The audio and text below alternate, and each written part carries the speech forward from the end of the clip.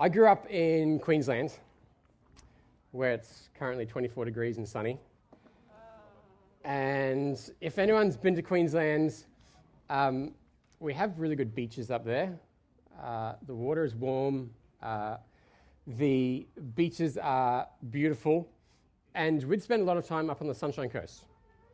So if you've been to the Sunshine Coast, you might know where this is. Anyone have any ideas of whereabouts this is? It's south of Noosa. Mooloolaba, yes. So this is one of the beaches, kind of mid-north coast of the sunny coast. And one of the things about Mooloolaba is, like right now, it looks really glassy and smooth, and there's a few waves coming in. Around February and March, it becomes a little bit less calm. The swell really comes in, and sometimes you can have waves up to 2 meters high coming in. And we would often go to Mooloolaba on the weekends, and we'd go for a body surf. I can't surf on a board, but we'd body surf or take a board out, a body board. And when the surf was really big, it's fun and scary at the same time. And this particular time, the swell was huge, and my brother and I, we were 18 and 21. We're like, yeah, let's go. This is going to be awesome.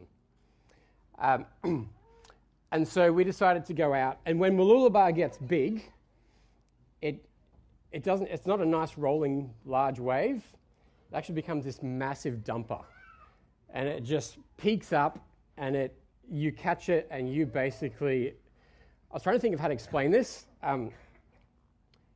What I think it would most be like is being in an industrial washing machine with a whole bunch of sandpaper.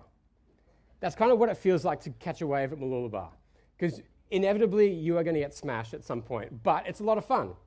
And so we went out this day, and the sea was angry that day, my friends. It was massive, and I was out, and it takes a little bit of time to get out the back because you've got to make your way through all the white water and under the waves. You finally get out where the waves aren't breaking and where you've got a chance to catch them. And when I say it was big, like I'd spent a lot of time in the ocean, a lot of time in the surf, and this was kind of making me sweat a little in the water. And I was seeing these waves, and I'm like, all right, let's catch a few. And I caught one, and it was huge, and it was so much fun. I'm like, yeah, let's do that again. And I eventually made my way back out. And by this time, I was pretty exhausted. I was tired. And I hadn't noticed, but I try to swim between the flags as much as I can. But when I looked back at the beach, I was about 150 meters up the beach. And there was this drift that was taking me further along the beach. I was tired, the waves were big, and I was getting to this point where I actually think I need to get out, otherwise this could get serious. And I managed to finally make my way back to shore. But it was this experience that kind of reminded me that as fun as it is, it can also be really scary. And when you grow up in Australia, you're taught one thing when you go to the beach, generally. Where do you swim? Between the flags, yes. Because if you're between the flags, you know where you are, there's safety, these lifesavers will watch you, and if you drift out of there and you need help, well, hopefully they'll come and find you. But if you're outside of those flags, you are kind of on your own. But the thing with trying to swim between the flags is when you're out there, you need to stay between the flags. It is really easy to drift outside of that space. And I think it's easy to drift outside of everything that we do. Drift is something that we experience in all aspects of our life. And the crazy thing about drift is it never actually takes you in the direction that is good for you. An educator, John Milton Gregory, said this: "The man who simply drifts into success in any field of human activity is almost as rare as the ship that drifts aimlessly into a safe harbor." it never goes in the way you want it to go. And I guess by illustration, who has looked back over the last 6 months and gone, hey, I've lost 10 kilos. How did that happen? And like brown rice and steamed kale is delicious, and I'm just consuming this by the bucket load. It is so good. And I've been running a lot more. I don't know how that happened, but I've just kind of, this is good. I feel great. This is the best I've felt in years. You don't drift towards that, do you? Same thing with relationships. You don't drift closer. Same thing with finances, with what you're trying to achieve maybe at work or at your home. We don't drift towards the things that are good for us. Instead, we drift towards the things that takes the least effort. And I think we do that because what takes the least effort is usually what's familiar. And what's familiar is what usually comes naturally. And so we have this tendency, I might be speaking to myself, and that's okay, but we have this tendency to not drift towards what is actually going to benefit us, but instead to drift in the other direction.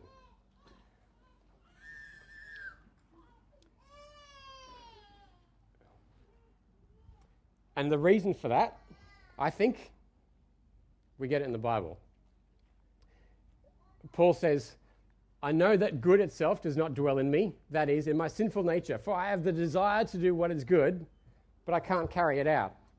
You want to do these things, you want to get healthy, you want to get fit, you want to save more money, you want to develop a deeper relationship with someone, you want to stay in touch with a friend. All these things are things you want to do, but we don't naturally go in that direction. Instead, we go towards what is familiar, what is comfortable, what is easy, what is natural. And Paul says what is natural is definitely not what is good for us. He goes on to say, in my inner being, I delight in God's law. I love Jesus, I follow Jesus, I want to spend all my days being with Jesus and in his presence. But I see another law at work in me. There's this other thing going on inside of me that's waging war against the law of my mind, and it makes me this prisoner of the law of sin that is at work within me. So while I want to do that stuff, there's this inner compulsion not to do the stuff that's good for me. Instead, I drift in this other direction. And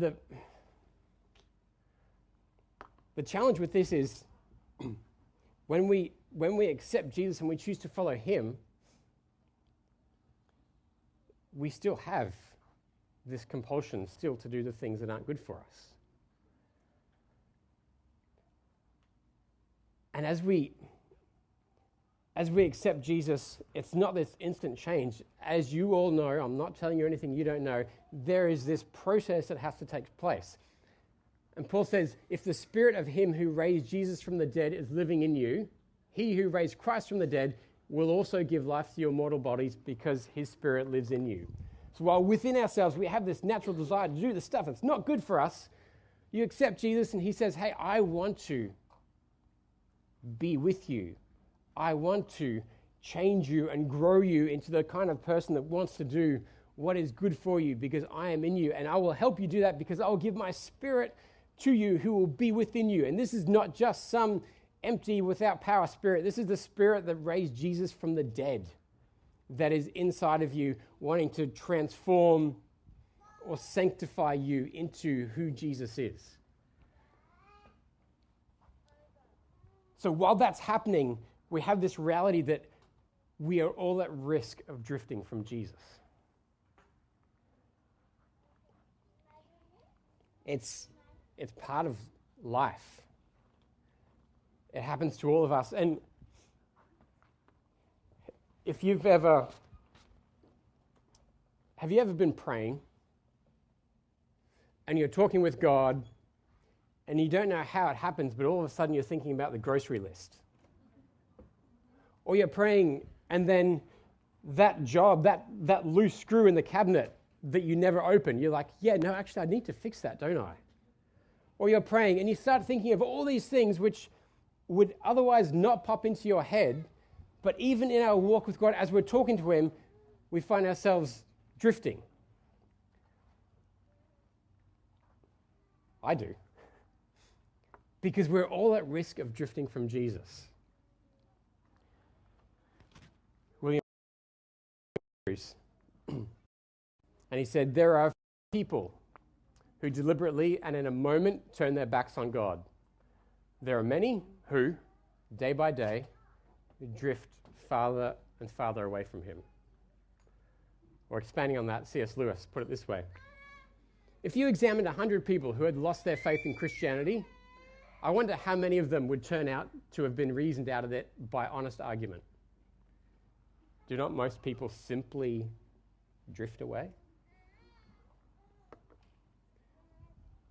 You know, yeah, I was really committed to Jesus and to his community, and I would gather with them every week, and it was good, and I even got involved in some of the midweek stuff, and then, you know, it was a busy time at work, and I missed 2 or 3 weeks, and then I was really tired on the weekend, so I thought I'd, you know, just skip meeting with God's people, and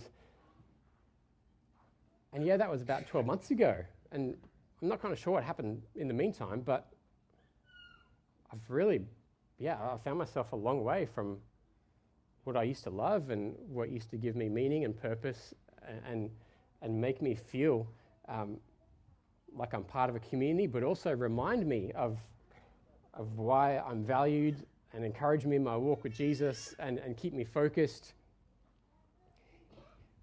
I hear that conversation because it's not often a big thing that distracts us from our walk with God. It's often just small, tiny little steps that slowly take us further and further away from him. And often those steps are ones that we don't even notice we're taking. We don't drift towards what is good. We drift towards what is natural, what is easy, what comes as comfortable for us. In Hebrews, we're actually given this warning. We must pay the most careful attention, therefore, to what we have heard, so that we don't drift away. So how do we do that? How do you avoid drift in your walk with Jesus? How do you avoid drift in following him?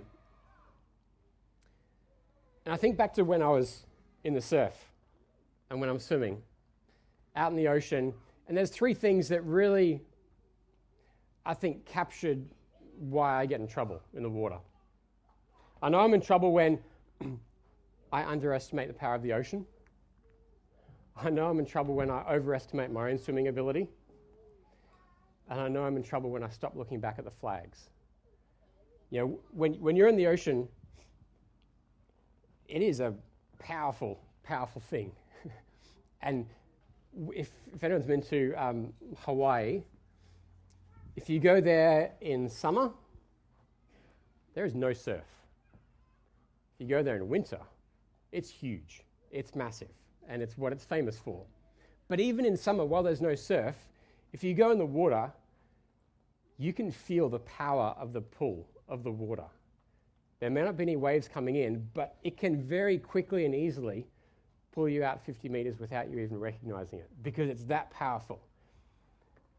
And when we underestimate that and kind of get complacent about what's there, and combine that with, we think, yeah, look, I've swum a lot, I'm okay, I'm a confident swimmer, I can get out there, I'll be all right.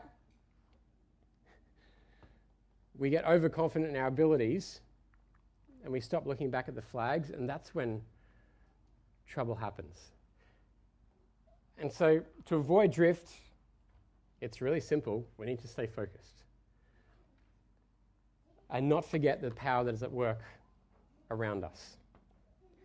See, while you and I might have accepted Jesus into our lives, and we're doing our best to follow him and invite him into our lives, with that comes another power that's at work, trying to get us away from God. If you've read Screwtape Letters by C.S. Lewis, it's this fictional story of an older demon writing to his nephew who was just learning the process of how to tempt God's people away from following him. And in one of those letters, One of them writes, this is the older one to the nephew, he says, "Do remember, the only thing that matters is the extent to which you separate the man from the enemy. It doesn't matter how small the sins are, provided that their cumulative effect is to edge the man away from the light and out into the nothing." There is this power that is around us, and Peter describes it as a roaring lion. And this roaring lion is looking to find how he can distract you and pull you away from what is good for you and what you've committed to and what matters to you, and try and pull you away from that into that nothingness that he has to offer. I got a... Magnets are fun.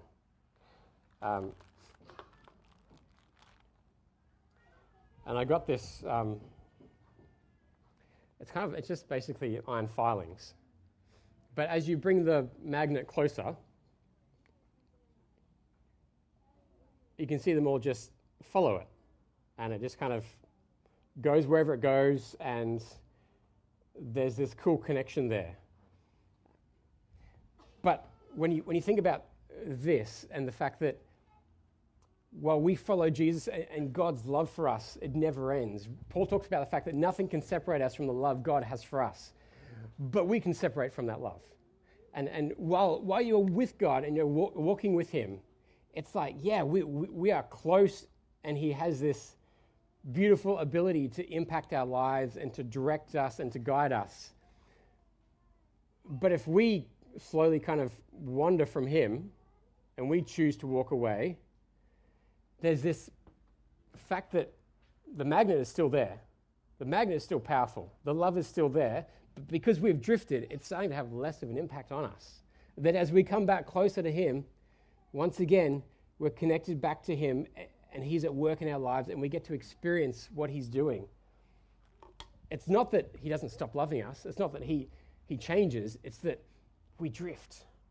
And as we drift away, we're drifting away from the one who gave everything for us, who wants the best for us, who knows what is good for us. And Satan is going to do all that he can to do that in our lives, to do that in your life. He's going to do all he can to distract you, to keep you busy, to keep you thinking of other things, to putting what matters in your relationship with God just on the back burner a little bit. And if that's what you're experiencing right now, if you're feeling as a disconnect with God, and that you know that there are other things in your life which are pulling you away, like that's a good reminder that the sea is powerful, that Satan is powerful, and he's going to do what he can to distract you. So we need to not forget what he's trying to do. But also, we need to stay realistic about our need for Jesus. There's this point where you get comfortable and you're like, yeah, I'm good. I'm pretty strong. I can resist things. I'm okay. But when you get to that point, that's when that power comes in and really catches you unawares. In just talking about those last few hours before Jesus was arrested, he says, I tell you, all of you are going to fall away from me. And Peter's like, no, I'm not. Hey, they might, but I'm not going to do that. I am so committed to you, Jesus, like 110%. And Jesus is like, hey, Peter, I love your enthusiasm. I made the universe, and technically 110%, it's not a thing, but I get it. You are so committed to me, but the reality is, you too are going to fall away. And I wonder if Peter had this sense where he was so committed to Jesus, he was overconfident in his spirituality and in his faith that he just got distracted. And that overconfidence led him to trusting in himself instead of being reliant on God and that walk he had with Jesus. In 1 Corinthians it says, so if you think you are standing firm, be careful that you don't fall.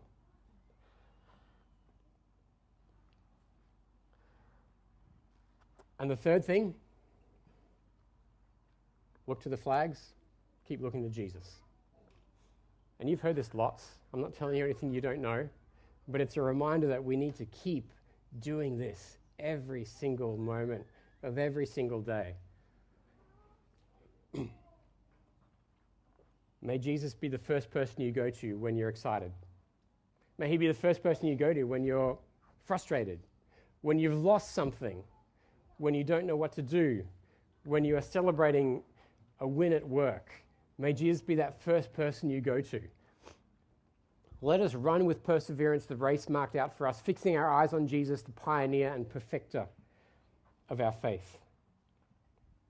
Before you do that high jump, may Jesus be the one that you thank. Before you go to work, may Jesus be the one that you check in with.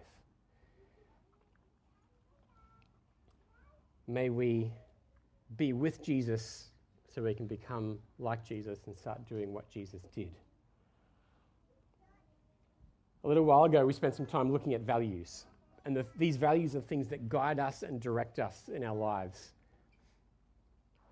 And it was really cool having some conversations with you after that about how you've started thinking about what those values look like for you in your life or in your family or in your household, and how you're trying to think through the values God wants your family to be guided by. And those are things which help you avoid drift. They keep you focused. And we want to do that not just as individuals, but also as an organization, as a group of people who follow Jesus, as a community of believers. We want to make sure that we avoid drift, because it can happen to individuals, it can happen to organizations. Anyone know what this symbol is? Logo game? YMCA, yeah. YMCA, not too long ago, updated their vision for 2030. And this is what they came up with. To empower young people and communities worldwide to build a just, sustainable, equitable, and inclusive world where every person can thrive in body, mind, and spirit. That's good, isn't it? That's good. What does YMCA stand for? Young Men's Christian Association. What's missing? Women, yes. But there's no mention of Christ. And you go back to when it was originally started by George Williams, 1844. He was working in London. He had a drapery shop, and he was concerned that the people he was working with and young people around him were not having any opportunity to develop in their walk with Jesus. And so his original vision for this was to see the improvement of the spiritual condition of young men engaged in houses of business by the formation of Bible classes, family and social prayer meetings, mutual improvement societies, or any other spiritual agency. Bit of a difference. That's what he started it with. In 1855, they made a bit of an amendment to that. They want to unite young people who, regarding Jesus Christ as their God and Savior, according to the Holy Scriptures, desire to be his disciples in their faith and in their life, and to associate their efforts for the extension of his kingdom amongst young men. He's diving more into this. They're getting more focused on following Jesus and representing Jesus to the world around them. Fast forward a little bit, 1973. I've taken a few off because there was a whole bunch. But their vision shifted to work for equal opportunity, to maintain an environment in which relationships among people are characterized by the love and understanding, and then also to develop and maintain leadership and program patterns which exemplify the varieties and depth of Christian experience. Shifting a little bit, and it's fine for things to shift. That's going to happen. But for things to drift is a different thing. And that's where they landed at now. And so they have experienced some considerable mission drift in what they're trying to achieve. And as a church, as a community of people who follow Jesus, we want to make sure that we are staying focused on what he's called us to do. We don't want to drift from the core purpose that we exist. We want to stay focused and ensure that we can do that to the best of our ability. And I want to finish on this. About 2 months ago, we gave the opportunity to share with us what it was that you felt were the things that made Burwood Burwood. What were the values that you experienced here in this community? And now we want to ask you a different question. This isn't about what you experienced, but what are the values that you would like to see Burwood adopt? What are the things that you want to see guiding and shaping and directing our community moving forward? And so if you've got your phones, please scan. Only takes a few minutes. But what I want to do is just briefly walk you through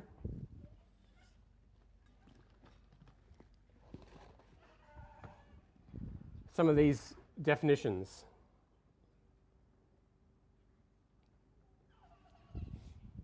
So this is about what would you like to see being the values of our community.